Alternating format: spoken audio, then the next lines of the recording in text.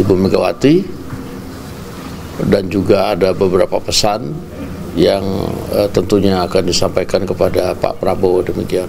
Ya, kami memang diutus menyampaikan beberapa hal dan pesan yang sudah disampaikan, dan kami juga membawa pesanan balik dari Ibu Mega ke Pak Prabowo. Demikian. Pesan apa yang Pak Prabowo mau disampaikan sama Bang Dasko kepada Bu Mega? Pesan itu nggak boleh disampaikan dong di sini. Konfidensial ya berarti ya? Konfidensial.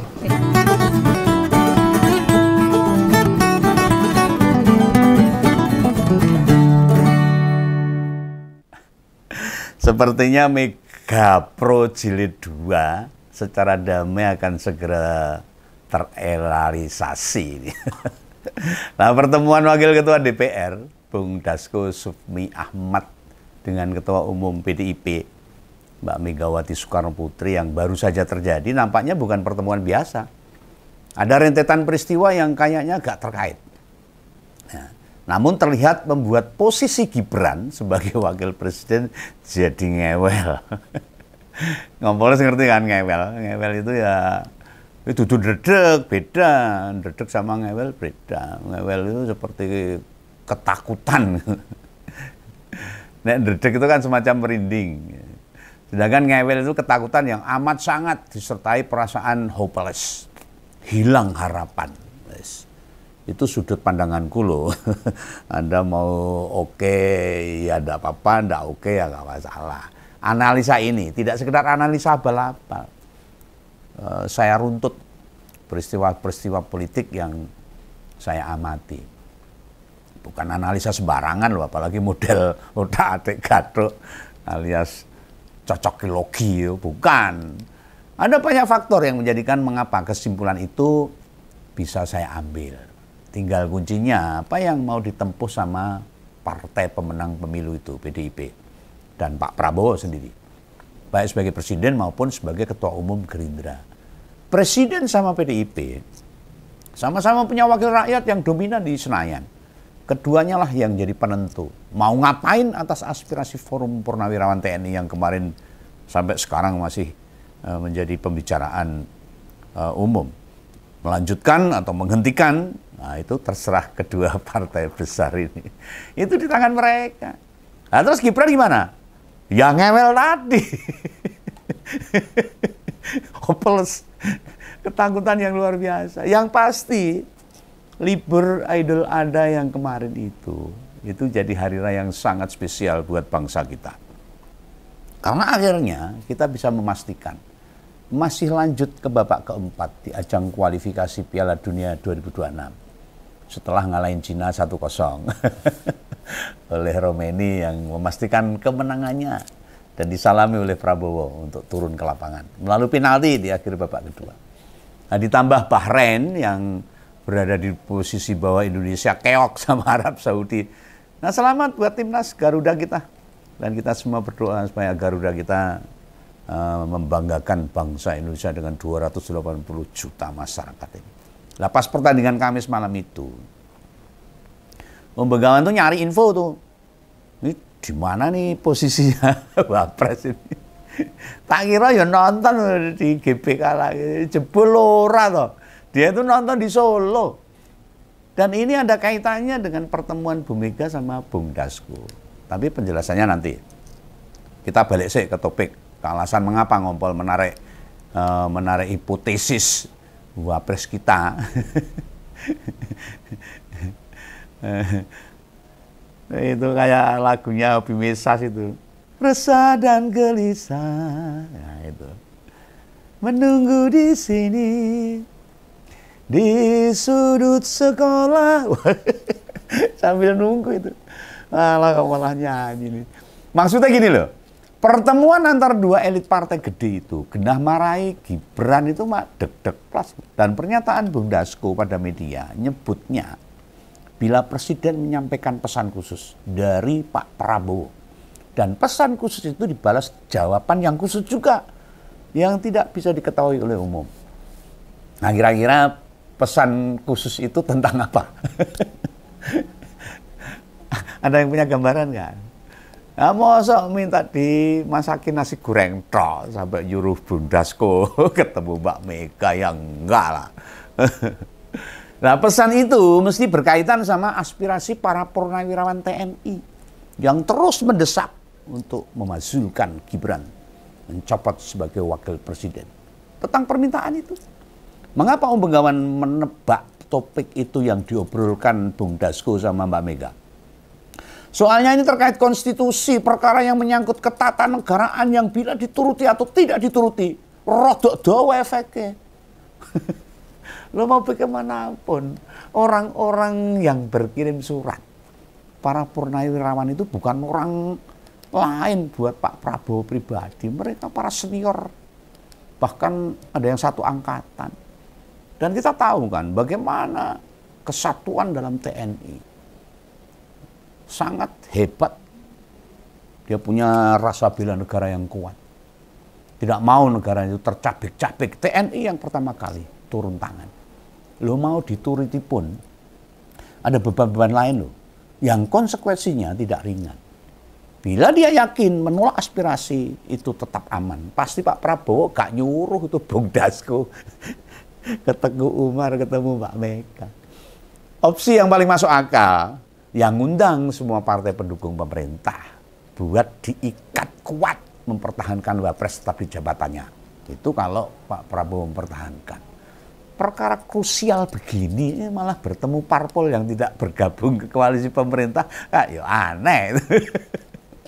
Ini analisa Bengawan, mengapa ini sangat khusus, sangat penting dan urgent buat Pak Prabowo dengan Mbak Mega. Tanda lain yang bisa mengisyaratkan topik pembahasannya perkara reshuffle Wapres itu. Lupas di rumah Mbak Mega itu, di tempat pertemuan itu, ada juga Mbak Puan, yang juga jabatannya ketua DPR. Loh, karena ngebahas perkara yang lain, misalnya minta PDIP dukung pemerintah, ngapain mesti melibatkan Mbak Puan? Iya toh? Cukup Mbak Mega. Nek menawarkan kursi menteri ke PDIP, masuk yo oposan dihargai seremeh itu. Partai sebesar PDIP hanya nego kursi menteri, oh gak kelasnya lah. Banyak yang pengen gogrok ke PDIP, tapi PDIP itu terlalu kuat. Karena ini partai yang sangat konsisten untuk mempertahankan kewibawaan negara ini. Dalam berdemokrasi, memelihara konstitusi dan sebagainya. Meski mau ngedukung pemerintah, lihat saja sampai 2028. Tidak akan ada kader PDIP dilantik jadi menteri. Lihat aja, menggantikan yang lain. Enggak. Nek bahas tentang tudingan judul yang dikatakan Menkop Budiari, ya, kan urusannya Gerindra.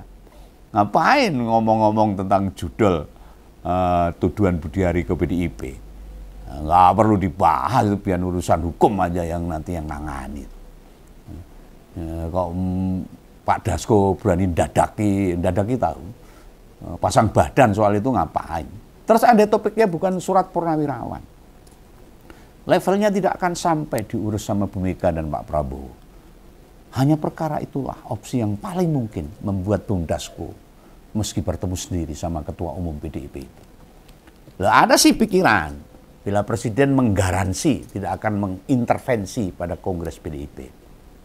Ini sih kejauhan. Yang niat ngacak-acak Kongres itu duduk Pak Prabowo. Apapun Pak Prabowo itu sangat hormat kepada Bu Mega. Dan Bu Mega tahu itu. Justru ada kepentingan yang nggak berani hadap-hadapan. Yang mainnya lewat belakang, nusuk dari belakang, mau menghancurkan PDIP. Dari belakang, secara pengecut, banyak. Menyebabkan PDIP selalu waspada. Hah? Oh ini musuh di dalam selimut tuh akeh, ini harus waspada. Nah si kepentingan ini gak akan berani lewat pintu depan ngomong langsung rawan, oh pengecut tak mereka itu. Mau bagaimanapun duitnya banyak, jadi ada resikonya. Ya pengecut biasalah kalau mau ngerusak mesti lewat belakang. Resikonya apa? Ya ada operasi lah, nyebar duit lalu giring kader ke sana kemari kalau menghancurkan sekuat partai Demokrasi Indonesia Perjuangan. Yang mari tidak kondusif waktu penyelenggaraan kongres ya duit akhirnya. PDIP itu nunggu momentum yang pas saja. Nggak gerusa-gerusu. PDIP itu partai yang sabar. Jujur, sabar, konsisten, itu nggak ada partai yang lain selain PDIP. Saya tidak membela PDIP, tapi fakta yang harus saya sampaikan kepada masyarakat. Sehingga nek ada yang saya mikir pertemuan bicarain kongres, ya tekan Mekah alias kejauhan. Tidak mungkin Bung Dasko urusan kongres yang akan diselenggarakan PDIP dengan Mbak Mega. Itu urusan internal PDIP. Ini kan orang ngewel piye ini. Bung Wapres ini coba. Kalau dengan situasi seperti ini, wah, segenting itu. Genting, faktor lain yang tak prediksi jadi penguat. Kalau anak mantan presiden ke-7 itu dipertimbangkan buat ditinjau ulang, ya makin jauhnya Pak Prabowo dengan Jokowi. Sudah beberapa kesempatan atau beberapa bulan ya, mereka tidak ketemu langsung. Tatap muka misalnya. Ya kita terakhir kali waktu para kepala daerah ikut retreat di penutupan acara. Kan ada presiden ke-6, ke-7, dan ke-8 barengan itu. Walaupun ada di Jakarta beberapa kali, buktinya Jokowi gak bisa tuh ketemu sama Prabowo. Nggak di istana, nggak di Kartanegara, apalagi di rumah makan Padang. Nah ini Pak Jokowi budal ke Vatikan, mau layat. Kok rakon mampir? Mulai dari Tasya di Vatikan sama rumah Pak Todo tua, yo lanjut ke Solo, nggak mampir juga.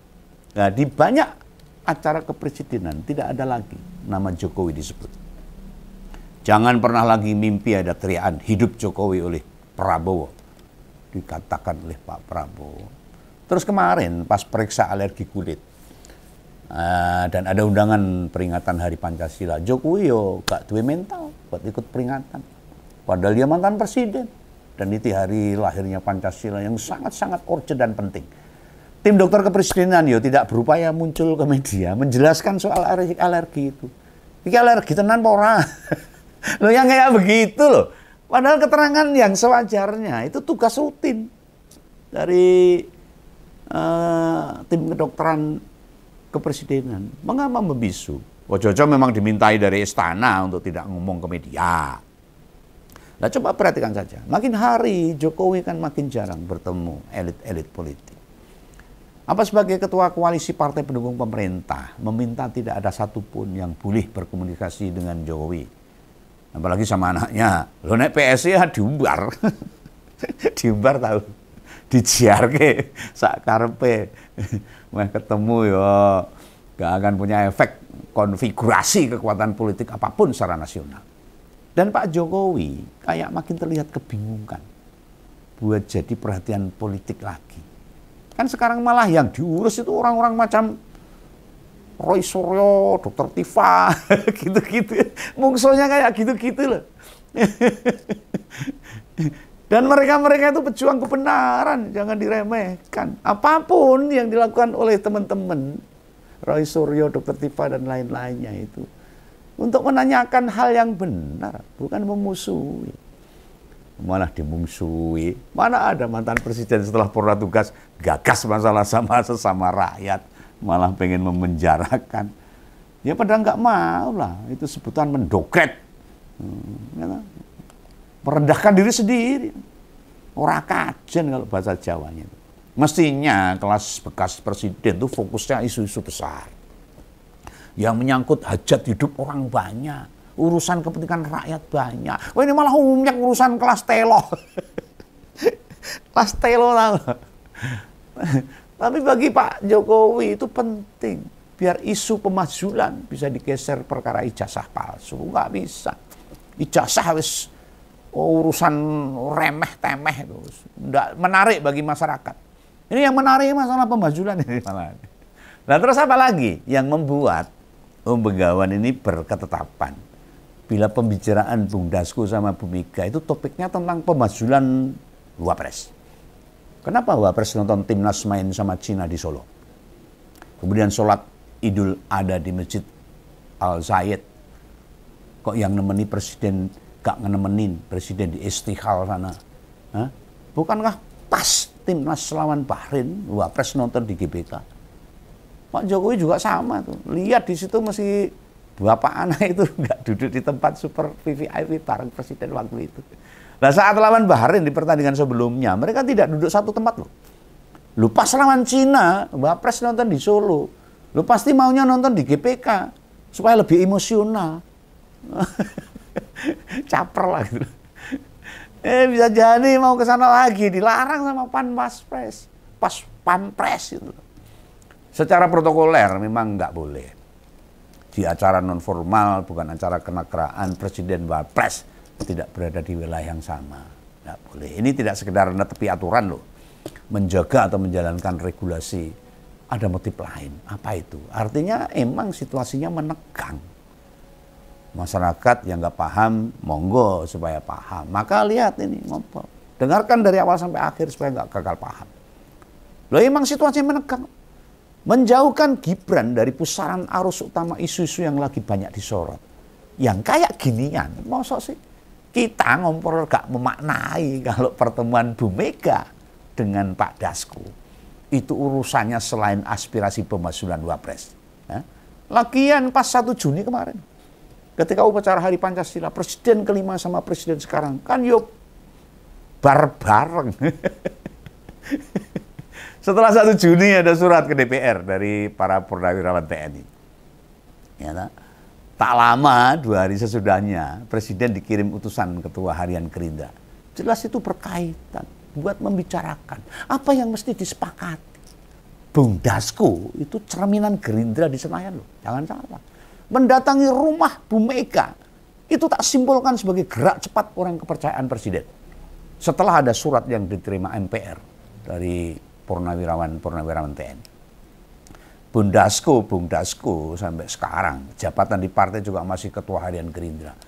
Di DPR sebagai wakil ketua, dan kedua partai itu representasi 2 partai besar pula di Senayan. Kekuatan besar. Orkestrasi politik mesti dijalankan. Biar gak ngeladrah neng ngendi. Yang bisa bikin pemerintahan terganggu. Indonesia itu makin terpuruk kalau tidak segera tata dengan baik. Lihat saja ekspresi Wapres pas nonton di video drone depan Balai Kota Solo itu. Terlihat kosong. Nonton bal dengan segitu banyak orang, wajahnya nggak ekspresif belas. Lo melihat oleh ngegol kayak waktu penalti, gak jingkrak atau bengok-bengok. Lah piye meh ngelos kegembiraan. Hatinya aja tertutup dengan sebuah ketakutan. Bila ada beban besar yang sekarang ada di kepalanya itu, Gibran genah merasa tertekan sama pertemuan yang di Teguh Umar antara Bung Dasko dengan Mbak Megawati. Berharap bapaknya ikut membantu. Memang apa sih yang bisa dilakukan? Jangankan bicara sama Gerindra, lawang melobi partai selain Gerindra wis ora iso. Saran aja nih kepada Wapres, mumpung menjabat baru saja dan ada aspirasi dari purnawirawan TNI. Kayaknya lebih pas kalau saya, ya ini mungkin bukan saya aja, banyak masyarakat. Mundur duluan. Mengundurkan diri akan menjadikan dirimu punya modal politik besar di tahun 2029. Akan gagah. Kan belum pernah ada sejarah Wapres pamitan sebelum masa jabatan rampung. Malah diakui ini putusan MK itu jadi beban sejarah yang kelam bagi Indonesia. Sehingga mundur jadi pilihan satu-satunya yang tepat untuk memulihkan nama. Kadang dalam hidup kita mundur itu buat melaju lebih cepat. Itu hal biasa. Persis sistem kerja karet ketapel itu. Winter itu melesat. Mundur dulu supaya mengumpulkan kekuatan baru. Melesat lebih kencang dari sebelumnya. Nek dijatuhkan kayak Pak Harto tahun 1999 itu bisa mengubur karier politik Gibran lebih awal dan tidak bisa bangkit lagi. Akan sulit balik seperti sebelumnya. Oh ini pesan aja loh, tidak ngojo-ojoi dan jangan salah paham. Oke ya, salam Bengawan, salam Ngempol, jangan lupa subscribe. Dadah.